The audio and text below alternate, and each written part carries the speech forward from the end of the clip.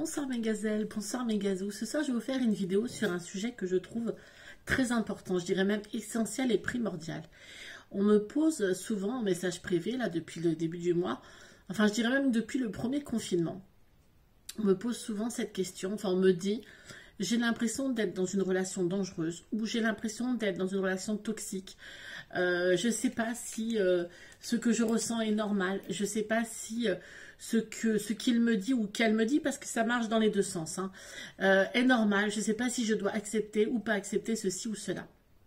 Alors déjà, je voulais vous donner une petite définition simple d'une relation toxique.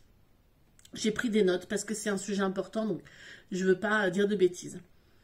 Alors, il s'agit d'une relation entre deux personnes qui se caractérisent principalement par du chantage affectif et le contrôle. C'est-à-dire que si vous avez l'impression que votre conjoint ou votre concubine, parce que comme je vous ai dit, c'est dans les deux sens, hein, ça peut être un homme qui maltraite sa femme ou sa femme qui maltraite son homme. Donc, si vous avez l'impression qu'il y a toujours un chantage, qu'il y a toujours une espèce de contrôle sur vous, que ce soit émotionnellement parlant, que ce soit physiquement, si vous avez l'impression d'être limité dans vos possibilités, dans vos autorisations, si vous avez l'impression de ne plus être libre de votre propre décision, libre de vos propres actes, vous pouvez déjà vous dire que vous êtes dans une relation qui est toxique. Parce qu'à partir du moment où il n'y a plus de communication, où il n'y a plus d'échange et de partage, ce n'est pas normal. La relation qui est saine, c'est une relation qui est fondée sur la communication et l'écoute. Donc complètement l'envers, parce que là, il n'y a ni chantage, ni pression morale ou physique, ni ce côté brimé. Donc si vous avez l'impression déjà d'être dans cette relation, j'ai envie de vous dire, il ne faut pas hésiter à demander de l'aide autour de vous, à vos proches, à vos amis, à votre médecin, etc. N'hésitez pas. Comment savoir si vraiment ce que je ressens à l'intérieur de moi est un signe du fait que je me sens intoxiquée par cette relation? Tout d'abord, il y a différents signes du corps. Il y a le stress. Une grosse dose de stress qui n'est pas habituelle. Alors, on peut être quelqu'un de stressé haute, hein, donc on ne va pas tout mélanger.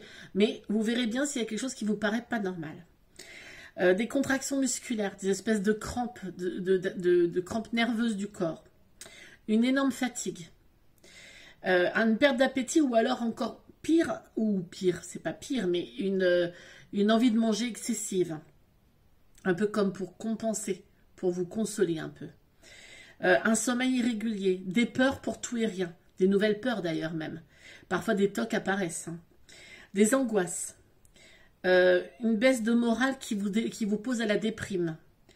Un doute sur vos capacités, parce que cette personne vous aura tellement, mais tellement diminué, tellement rabaissé que vous aurez l'impression d'être incapable de tout ce que vous faites. C'est-à-dire que cette personne passera son temps à passer du chaud au froid, en vous dénigrant sur tout, aussi bien sur la qualité de la propreté de votre sol ou de vos plaintes, jusqu'à ce que vous faites à manger ou votre tenue ou votre apparence.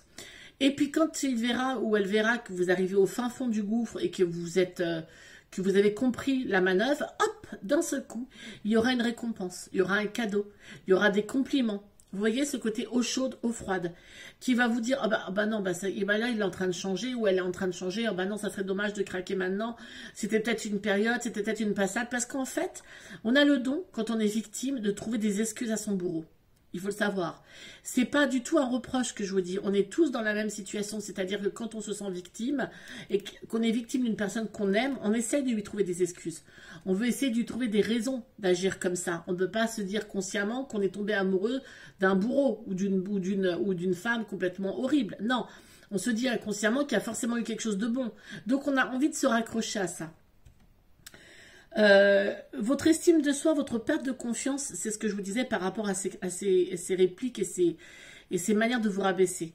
La perte d'autonomie. À partir du moment où vous n'avez plus d'autonomie financière ou d'indépendance familiale, c'est-à-dire communiquer avec vos proches comme vous le désirez, au moment où vous le désirez, aller chez vos amis au moment où vous le désirez, sans rendre compte et surtout ne plus être capable de dépenser de sous sans devoir demander l'autorisation ou les sous même à la personne, alors là, c'est carrément... faut prendre vos jambes à votre cou et courir, hein. Et enfin, ça finit souvent par une dépression, quand ça n'emmène pas à pire. Parce qu'il y a énormément de morts suite à des drames conjugaux. Et il y a aussi énormément de suicides à force d'accumuler ces drames conjugaux qui ne sont pas toujours reconnus ou on n'est pas toujours aidé. Parce que souvent, nos plus proches ne veulent pas le voir, ne veulent pas le croire. Et ces personnes-là ont le don de se faire aimer par la famille et par les amis. Donc, ils vous éloignent peu à peu, mais si jamais vous les voyez, il est pas mal vu. Donc, forcément, les gens ont du mal à vous dire « Oh, bah, t'es sûr, parce que quand même, regarde, l'autre fois, t'es venu avec un nouveau sac à main, ou tiens, t'es venu avec une belle écharpe, ou t'es venu avec un beau collier, quand même, t'as l'air d'être gâté. Moi, je l'ai vu t'acheter des fleurs. » Oui. Mais tout ça, c'est une façade. En fait, c'est une construction autour de vous. Il bâtit un mur qui sécurise ceux qui sont de l'autre côté du mur et qui vous fragilise à l'intérieur. Donc, je sais bien que je vous dire qu'il ne faut pas laisser se mettre ça en place paraît très simple, mais en fait, vous pouvez vraiment vous faire aider.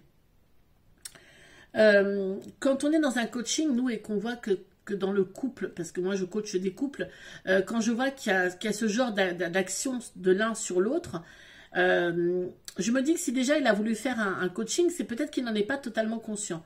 Peut-être il a une hérédité, ou elle, je dis il, mais vous avez compris, une hérédité, ou peut-être qu'il a vécu des choses enfants, ou elle a vécu des choses enfants qui lui font devenir comme ça. Je ne veux pas cracher dans la soupe, je ne veux pas dire du mal des uns et des autres.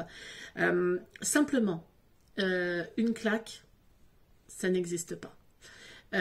Une fessée, à moins qu'elle soit coquine, partagée et désirée par les deux, ça n'existe pas. Une insulte, à moins que ça soit dans l'humour et dans le jeu, et encore, ça n'existe pas. Se prendre un truc dans la figure, se prendre un verre d'eau, se prendre une réflexion devant les gens, se faire rabaisser, diminuer sa qualité, diminuer son apparence, diminuer son intellect, ça ne se fait pas. De nous vers lui ou de lui vers nous. Ne laissez rien passer. Malheureusement, c'est dans l'accumulation de laisser une fois, deux fois, trois fois qu'on voit des couples qui durent des années comme ça.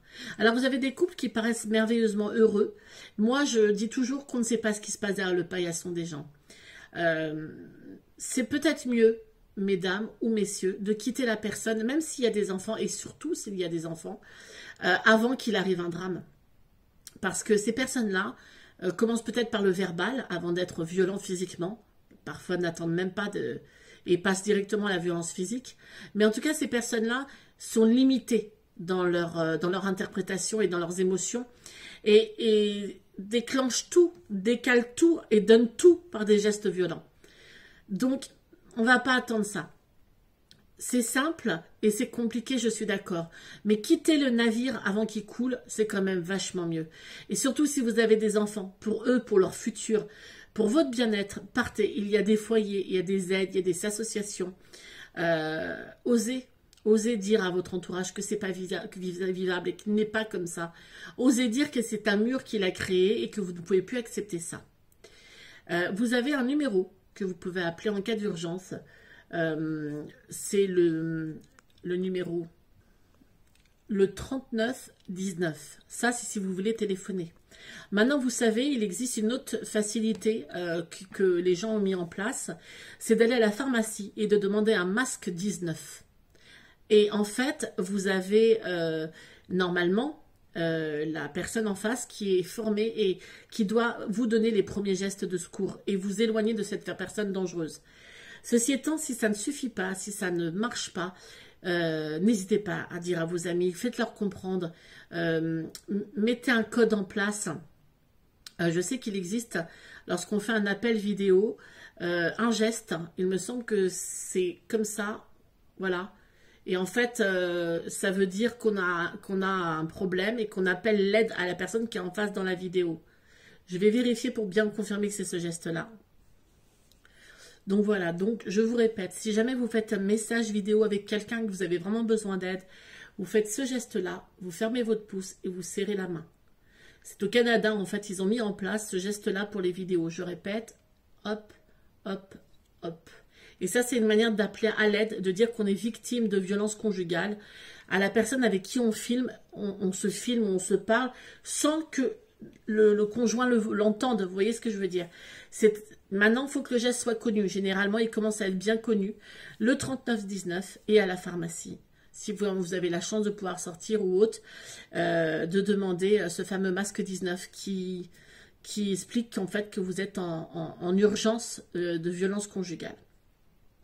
C'était pas une vidéo très gaie, mais j'ai eu beaucoup de messages où j'ai vu le doute chez les gens et l'inquiétude. Et je pense que j'ai essayé de les aider tant que j'ai pu de l'autre côté de la caméra, enfin tout du moins des messages que j'ai pu avoir avec eux, enfin avec elles, et elles ont pu quitter leur foyer. Ces deux personnes-là. Ceci étant, je pense que c'est pas encore assez vu, lu et entendu. Et j'ai envie de parler aux familles qui entourent ces gens-là. Écoutez-les et croyez-les. Jamais personne ne va inventer un baratin pareil pour quitter un bonhomme sous aucune autre raison. On va pas aller dire que cette personne est violente verbalement, physiquement, ou qu'on est en danger si ce n'est pas le cas. Ouvrez un peu les écoutilles, retirez vos visières et retirez vos œillères. Une personne peut être extraordinaire avec vous en tant qu'ami, en tant que famille, en tant que cousin, frère, en tant que patron, que collègue, et être d'une violence insoupçonnée avec sa femme ou avec son compagnon. Alors, on n'hésite pas à demander de l'aide, on glisse un petit message, on fait un geste, on appelle, en tout cas voilà, n'hésitez pas. Je pense que ça devient de plus en plus facile à l'oreille des gens de comprendre et de voir que ça existe. Et vous n'êtes pas seul. Et il y a plein d'associations pour ça. Et il y a toujours un moyen de se faire aider. Il vaut mieux se faire aider avant que laisser des enfants tout seuls. Je vous fais plein de gros bisous. Je vous souhaite que de l'amour, de l'affection, de la tendresse dans vos couples. Ou alors un célibat extraordinaire. Plein de folie. Je vous souhaite surtout d'être bien dans votre esprit, dans votre corps, dans votre cœur. Et de vivre simplement avec de la plénitude. Parce qu'en ce moment, ça nous manque un peu. Je vous dis à très très vite. Bisous mes gazelles. Bisous mes gazous.